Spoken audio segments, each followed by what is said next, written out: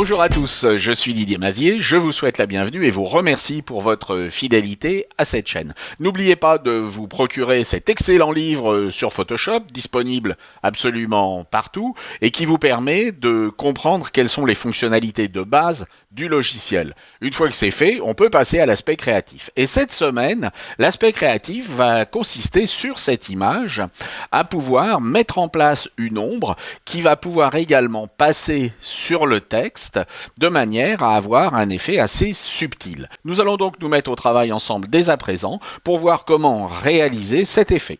Le fichier de base est assez simple, j'ai un arrière-plan qui est noir, et puis il y a un texte pour le titre, il y a un texte pour le body copy, et puis j'ai ici mon pot de crème. Notez que le pot de crème a été détouré avec un masque et j'ai choisi de travailler ici avec un masque vectoriel. J'ai donc un tracé vectoriel qui m'a permis de créer ce masque. Si j'ai choisi un tracé vectoriel, c'est parce que les contours ici sont bien nets et j'ai obtenu quelque chose de plus satisfaisant avec un tracé vectoriel qu'avec tous les systèmes de sélection. Nous allons commencer par tracer avec tout simplement le lasso, la zone où nous voulons faire apparaître notre ombre. Nous allons donc sélectionner avec le lasso la forme globale de notre ombre. Nous avons maintenant une sélection et cette sélection, nous allons ici la modifier. Nous allons dans un premier temps la lisser. Il s'agit de pouvoir gommer les petites aspérités, les angles dans mon tracé. Je peux choisir ici une valeur de 20 ou 30 pixels et bien entendu, cette valeur va dépendre de la résolution de votre image. Et puis nous n'allons pas nous arrêter en si bon chemin. Nous allons également demander un contour progressif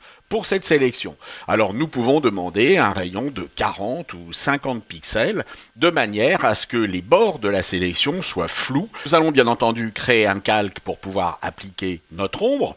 Nous allons donc créer ce calque et nous allons le placer sous le texte. Nous allons nommer ce calque ombre. Vous voyez qu'actuellement il s'agit d'un calque sur lequel il n'y a rien. Nous pouvons néanmoins créer un masque qui va s'appliquer en se basant sur notre ombre. Nous allons donc ici créer notre masque. Nous allons pouvoir au choix soit créer une incrustation en dégradé, auquel cas il va falloir que nous placions des pixels sur ce calque. Nous allons donc pouvoir sélectionner ce calque et le remplir soit avec du noir, soit avec du blanc, peu importe. Et ensuite ici, appliquer une incrustation en dégradé. Et vous voyez qu'ici, je vais appliquer une incrustation en dégradé, en mode normal, et j'ai placé ma première ombre. L'autre méthode consiste à tracer moi-même mon dégradé. Dans ce cas, je vais sélectionner l'outil de dégradé et je vais créer mon dégradé. Alors on va ici enlever toutes ces valeurs qui ne nous intéressent pas et nous pouvons aller du rouge vers l'orangé.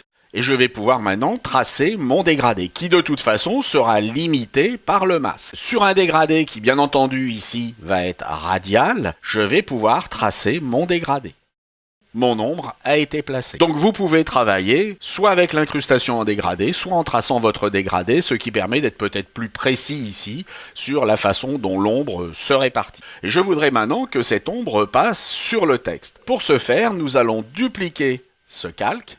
Nous allons l'appeler ombre sur le texte. Et puis ce calque, nous allons le placer devant. Bien entendu, nous allons pouvoir jouer ici sur l'opacité. Pour que cela n'affecte que le texte, je vais me placer à la lisière et je vais cliquer de façon à ce que cette nouvelle ombre ne s'applique qu'au texte. Je peux également créer un réglage, notamment sur la balance des couleurs, de façon à pouvoir aller peut-être un petit peu plus vers le bleu, un petit peu plus vers le magenta et un petit peu plus vers le jaune. De la même façon, je vais appuyer sur Alt de manière à ce que ces modifications n'affectent que la partie qui recouvre le texte. J'espère que cela vous a intéressé, vous aura également donné quelques idées pour vos créations graphiques, et puis je vous dis à la semaine prochaine. Au revoir.